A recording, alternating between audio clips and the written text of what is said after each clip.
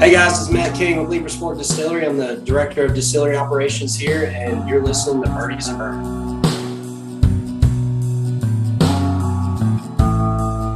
Up in 2016, you've already got a bottle in bond, so as everybody knows, right? You at least aged for 4 years.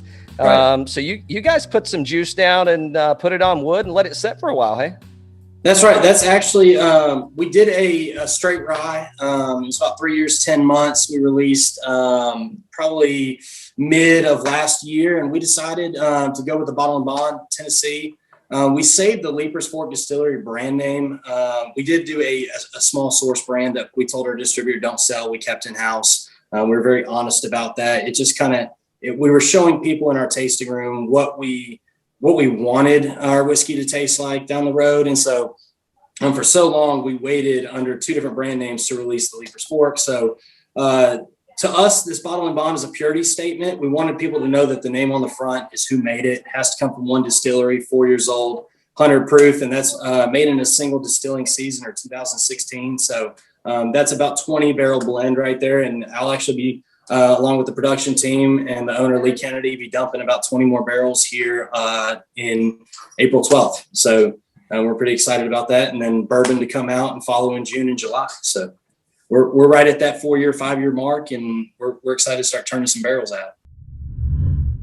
Just to talk a little bit about this. So, what I'm finding very unique about this is, so it's 70% corn, 15% rye, and 15% barley malt. And man, I am so digging that barley, kind of that finish on that, kind of that rich, creamy mouthfeel on this one. So I'm pleasantly surprised that this is the bottle that you sent, because I'm loving this stuff, man. I could get in trouble. This podcast could go sideways real fast. Oh boy! Hey, we appreciate that. Well, y'all look like you got quite the collections behind you there. So, no, we run everything through a 500-gallon Venom copper pot still. It's a Scottish Swanwick style, so we try to bridge that gap. We're very traditionalist. We're very purist. We wanted to pay a little bit of homage to the Scotch and Irish tradition of distilling, so we added that 15% barley malt, a little bit higher than maybe some would. We also use it, for its enzymatic power, but that's a whole nother conversation. We're very excited about how this has been received in the industry. And for us, we weren't going to release anything until it was ready. We didn't just say, hey, it's got to be 4 years old. That necessarily wasn't a factor for us. It was the whiskey's going to speak for itself. And so we decided that this was the right time for it. And then, we did some barrel samples of the bourbon today, and I think we're pretty excited that it's at the 5-year mark. It's the only difference between the Tennessee whiskey and the bourbon, besides the Lincoln County process that we do here, is going to be it's a 15% wheater instead of the 15% rye. So just wanted to change that up. So with the bourbon, it's not going through the charcoal filtration. No. We completely bypassed the charcoal filtration on that. So that's really the only difference between the Tennessee whiskey and the bourbon, other than rye and wheat component, is just no charcoal filtration. So, and we don't chill filter anything like that either. So you guys are kind of, noting yourselves as pre-prohibition style.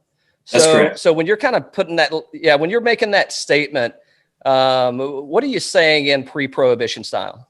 Right. So, one of the small things we do, we use cypress fermentation tanks. We don't use stainless steel at the moment. We wanted to be traditional in that. They're solely a holding vessel, but it was the stainless steel of the 1800s. Kind of like Woodford has those beautiful cypress fermentation tanks. Yep. But we're actually going into the barrel at 110 entry proof instead of 125. That was the pre-prohibition limit. And so we're actually doing that as well. And then, we're trying to we grow all of our own corn. We have a 90-acre farm as well. We have a hammer mill. We mill all of our own grain. So we're truly a grain to glass distillery. We control every step in our process. We make our own sugar maple charcoal. I don't think there's anything that we really source other than that original brand that we started with. On the bottle and bond whiskey. And so why the route to go toasted barley on this one? What was the thinking and the mindset? Because I would say that today, as we see it, it's, I don't want to call it unique.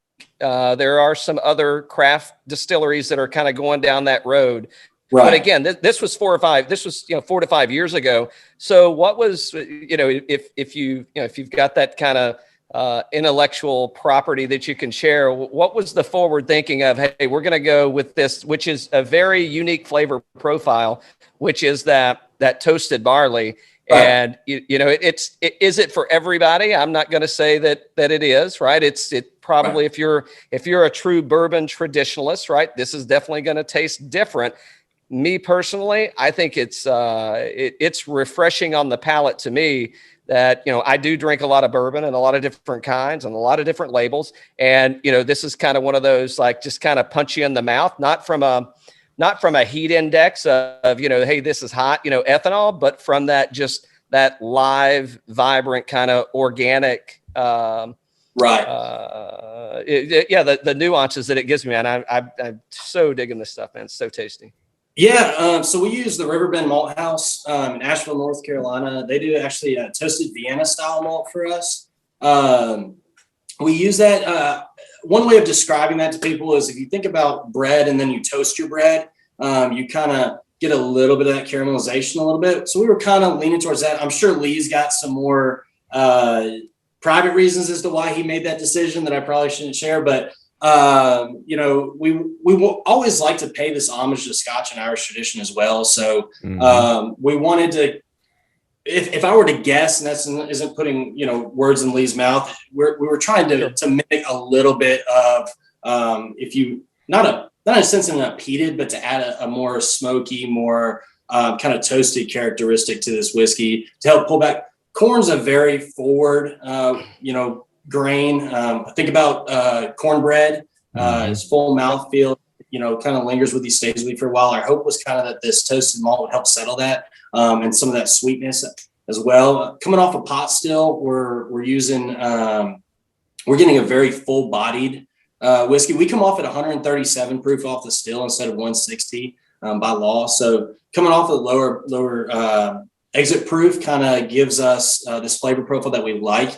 We kind of say here, and this is going to sound not, we go into a barrel dirty, right? We don't want to go in like vodka, very clean, because we're going to come out of that barrel if we go clean, very bland. And so kind of the hope with that malted barley was to help tone back probably some of that rye and that corn grain that's in there that are a little bit more forward, a little bit more bold and robust.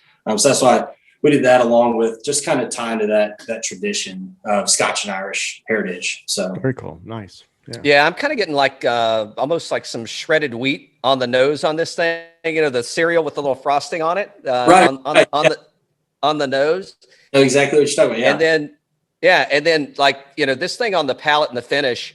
I mean, it's like I don't know if it's. I mean, I'm almost getting like it's not a honey glazed ham, but it's more kind of charcuterie board for me with some of the kind of Italian like smoked meats kind of thing. So it's whiskey, and those are good notes. I mean, I think that's fantastic.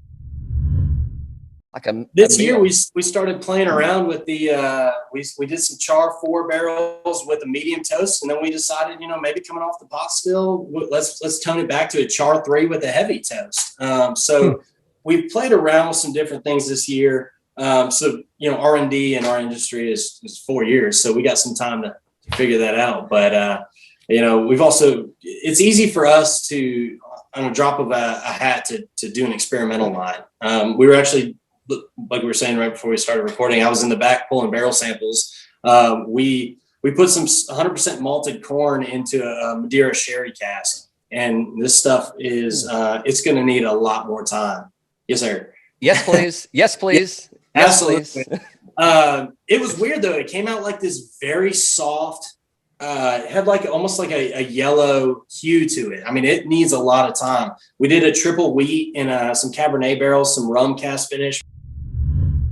And that's one of the things I really like about this label. And I actually like the way that this label is laid out with, I mean, so it's bottled in bond, right? So you got to make a lot of statements on the bottle just because of that, of that recognition. But again, I love the transparency. I love the way, I mean, you make it really easy to read for the consumer to know what's in there. I mean, again, you see bottled in bond, so you already know some things are happening. But, you know, just in the way that this thing's kind of spells out, you know, exactly what's going on. How do they buy Leiper's Fork? How do they get to Leiper's Fork? Yeah, so our website is just www.leipersforkdistillery.com. Leipers is Leipers. We are Instagram, Facebook, LF Distillery. So you can find us there. If you have any questions, call the distillery 615-465-6456. And then if you have any questions, you know, our staff here will be happy to answer anything that we can. And then we're just right outside of Nashville in the small town of Leipers Fork, just located a little bit southwest of Franklin. So if you're heading down the 65 corridor, it's a quick 15, 20-minute hop off to come see us. And we'll run you through a tour of tasting and kind of get to tell you a little bit about what we do.